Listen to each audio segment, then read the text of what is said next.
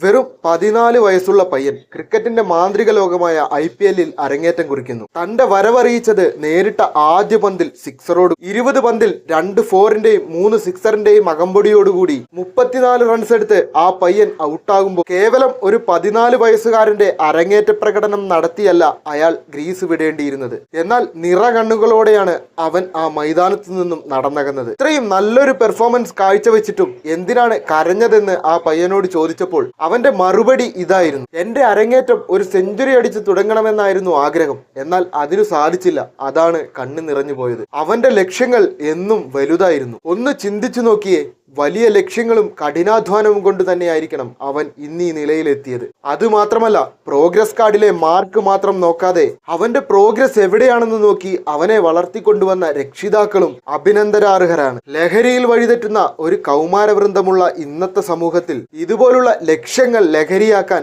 അവരെ നമ്മൾ പഠിപ്പിക്കണം. വൈഭവ് സൂര്യവംശി എന്ന ആ കൊച്ചു പയ്യൻ ഉയരങ്ങൾ കീഴടക്കി പലർക്കും മാതൃകയാവട്ടെ എന്ന് നമുക്ക് ആശംസിക്കാം.